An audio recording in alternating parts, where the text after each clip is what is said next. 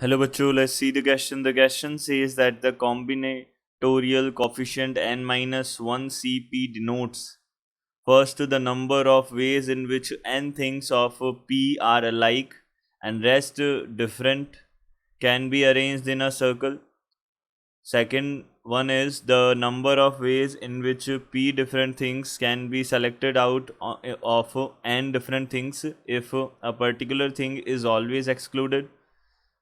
Third, number of ways in which n alike balls can be distributed in p different boxes so that no box remains empty and each box can hold any number of balls.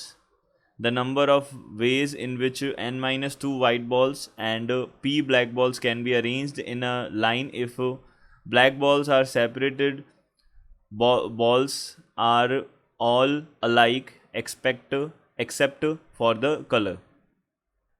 तो यहाँ से हमको बोला है combinatorial coefficient n minus one C P किसको denote करता है।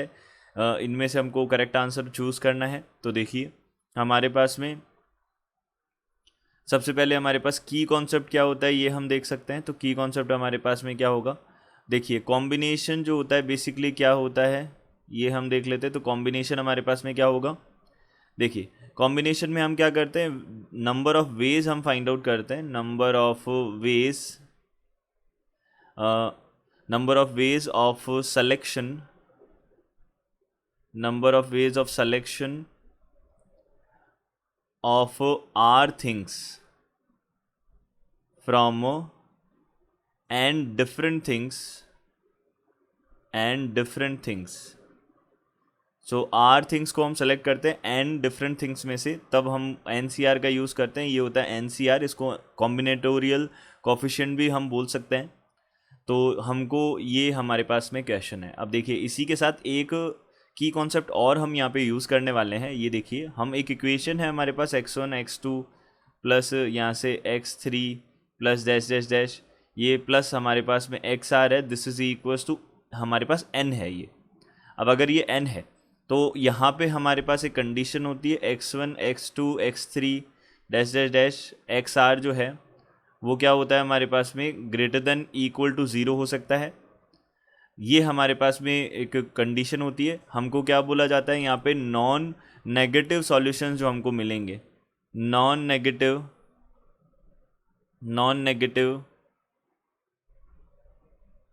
Non negative solutions जो होंगे वो हमारे पास में क्या होंगे, नंबर ऑफ, हम बोल देते हैं number of non negative solution. इसका हमारे पास आंसर होता है, ये होता है n plus r minus one C r minus one. हमारे पास में ये मेथड होता है इसका, ये इसका नंबर ऑफ वेज होते हैं ये। तो इस कॉन्सेप्ट का हम यूज़ करेंगे। यहाँ पे बेसिकली है क्या, x1 x2 x3 x plus x r जो है वो इक्वल टू हमारे पास में n है, इन सब का सम इक्वल टू n है, और x1 x2 x3 xr सारे के सारे क्या है, greater than equal to zero है। तो हम बोलते हैं इस x1 x2 x3 इनके हमारे पास कितने कॉम्बिनेशंस बन सकते हैं, उसमें हम क्या बोलते हैं कि number of non negative solutions की बात करते हैं। ये होता है n plus r minus one C r minus one होता है। ये हमारे पास में बेसिक कॉन्सेप्ट है यहाँ का जो हम यहाँ पे यूज़ करने वाले हैं।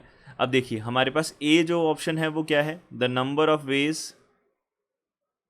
Of ways in which n things of which p are alike and rest are different can be arranged in a circle।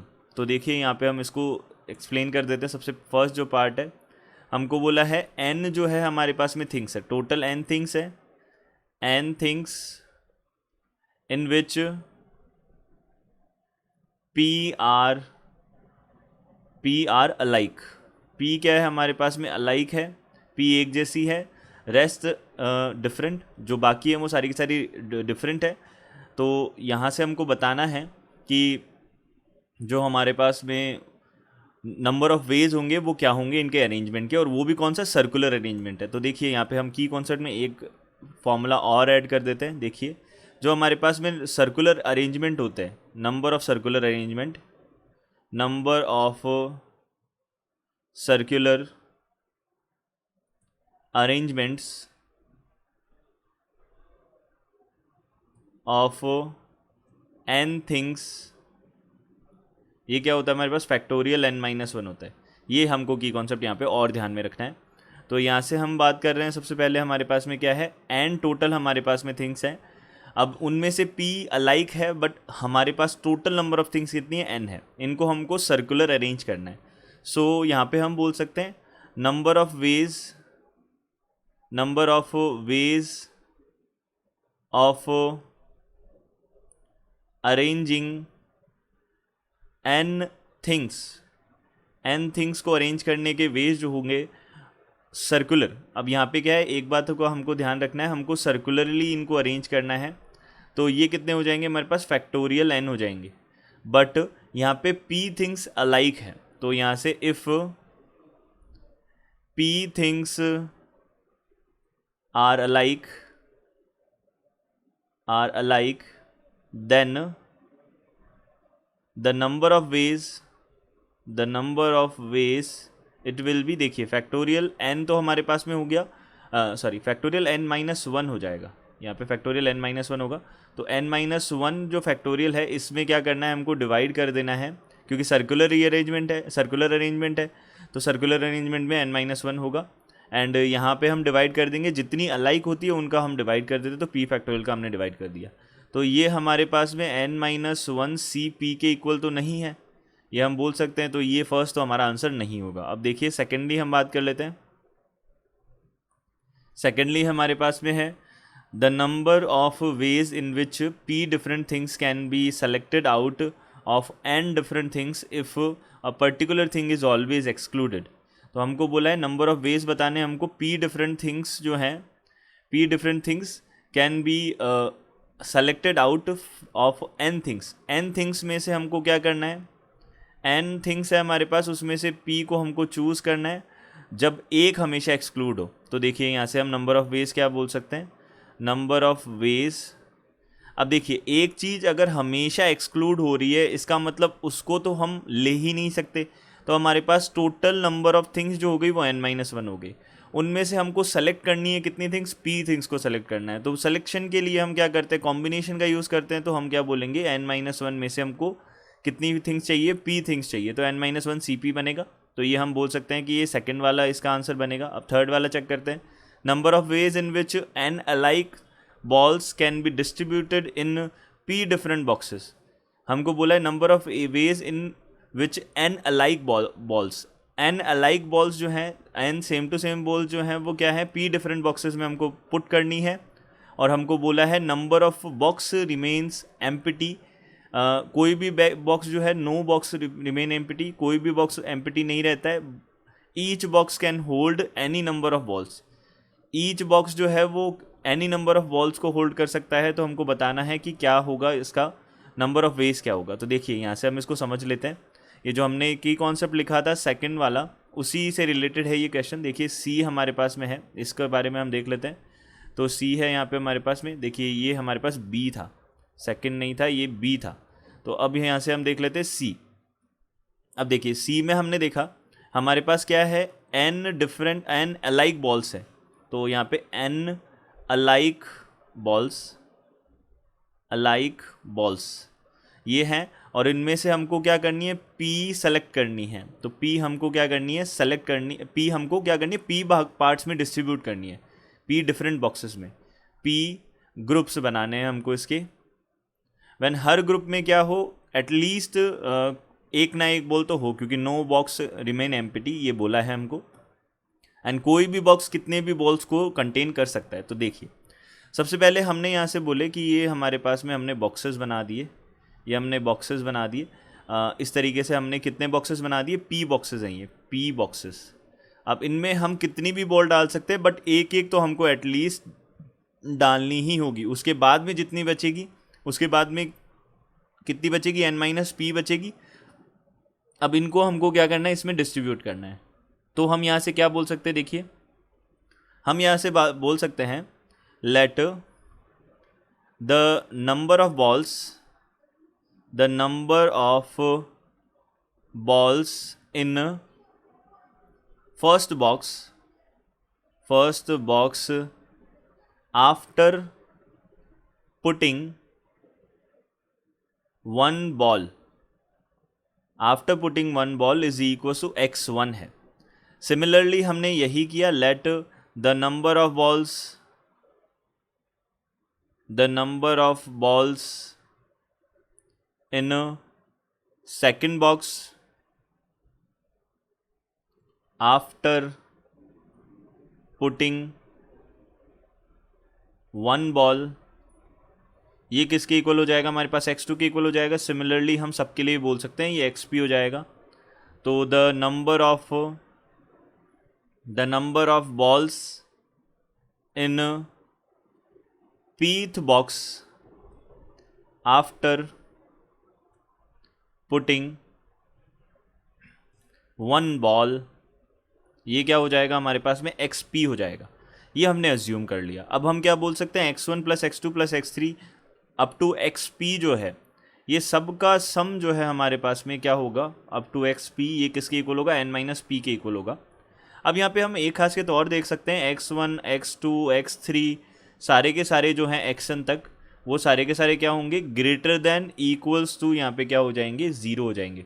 यानी कि हम बोल सकते हैं ये सारे के सारे greater than equals to zero होंगे, ये हमने बोल दिया। अब ये सारे के सारे greater than equals to zero होंगे, ये हमने देख लिया। अब हमको पता है हमको क्या चाहिए, नॉन नेगेटिव सॉल्यूशन चाहिए। देखिए यहाँ पे हमारे पास क्योंकि ग्रेटर देन इक्वल्स टू है, यानी कि नॉन नेगेटिव नहीं हो सकते, पॉजिटिव हो सकते, ज़ीरो हो सकते हैं, तो नॉन नेगेटिव सॉल्यूशन चाहिए हमको। तो number of non negative solutions, ये हमारे पास में हमने जो की कॉन्सेप्ट लिखा था उसका यूज़ करते हैं हम। देखिए की कॉन्सेप्ट में हमने लिखा था x1 plus x2 plus x3 dash dash xr तक हो इज इक्वल टू n हो, और नॉन नेगेटिव सॉल्यूशन चाहिए हमको, तो n प्लस r, यानी कि जितने हमारे पास में ये वेरिएबल्स होते हैं वो, और n प्लस r, और एक कम कर देते हैं उसमें से -1, cr-1 होता है। तो हम यहाँ से सिमिलरली यहाँ पे भी हम यही कर रहे हैं। यहाँ पे हमारे पास में n माइनस p, तो n की जगह आ जाएगा। अब देखिए यहाँ पे जो p है, नंबर ऑफ वेरिएबल्स हमारे पास p है, तो हमने p को ऐड कर दिया और -1 कर दिया। c यहाँ पे कितना हो जाएगा, अब हमारे पास में p-1 सेम टू सेम आना चाहिए वो, तो यहाँ पे p से p कैंसिल आउट हो जाएगा, n-1 c p-1 हो जाएगा। तो ये हमारा बनेगा, ये n c p के इक्वल तो नहीं है, तो हम यहाँ से बोल सकते हैं ये वाला ऑप्शन भी हमारा सही नहीं होगा। अब देखिए नेक्स्ट है हमारे पास last, the number of ways in which n-2 white balls and p black balls can be arrange in a line if black balls are separated. Black balls को हमको सेपरेट करना है, n-2 हमारे पास वाइट बॉल्स है, तो हम यहाँ से सबसे पहले क्या देख लेते हैं, देखिए यहाँ से देखिए डी वाला ऑप्शन देख लेते हैं, n-2 white balls and p black balls, ये हमारे पास है। अब देखिए सबसे पहले टास्क होगा, और ये जो वाइट बॉल्स हैं ये क्या है हमारे पास में, अलाइक है, ये हमको बोला है। देखिए क्वेश्चन में हमको बोला है number of ways n-2 white balls, अब सारी की सारी अलाइक है। देखिए all balls are alike except for the colour के अलावा सब कुछ क्या है, ये अलाइक है, एक जैसी है। तो हमने बोला कि वाइट बॉल्स भी अलाइक है और ब्लैक बॉल्स भी अलाइक है, दोनों के दोनों सेम है। तो यहाँ से हम बोल सकते हैं सबसे पहले हम क्या कर देते हैं, n-2 वाइट बॉल्स को अरेंज कर देते हैं, देन उसके बाद में हम क्या करेंगे, p बॉल्स को उनके बीच में अरेंज कर देंगे, जितने स्पेसेस बनेंगे तभी हम उन ब्लैक बॉल्स को अलग अलग रख सकते हैं। अब वाइट बॉल साथ में आ सकती है लेकिन ब्लैक बॉल साथ में नहीं आ सकती। तो हमने सबसे पहले क्या किया, ये हमने डैश डैश डैश यहाँ पे हमने क्या किया, वाइट बॉल्स जो हैं उनको अरेंज किया, वाइट बॉल्स। अब देखिए सारी की सारी वाइट बॉल सेम है, तो उनको अरेंज करने के वेज भी क्या होंगे हमारे पास, सिंगल वे होगा, एक वे होगा, और उनके बीच में हमारे पास जो भी हमारे पास स्पेसेस बनेंगे। अब देखिए हमारे पास अगर n-2 अगर वाइट बॉल्स हैं तो उनके बीच में क्या होंगे, एक ज़्यादा स्पेस बनेगा, यानी कि n-2 वाइट बॉल्स है तो n-1 वाइट हमारे पास स्पेसेस बनेंगे। तो spaces between the white balls, ये हमारे पास में क्या हो जाएंगे, ये हो जाएंगे हमारे पास n-1 हो जाएंगे। अब इन स्पेसेस में से हमको सेलेक्ट करना है कि हम p ब्लैक बॉल्स को कहाँ रखते हैं। तो यहाँ से हमारे पास क्या हो जाएगा, नंबर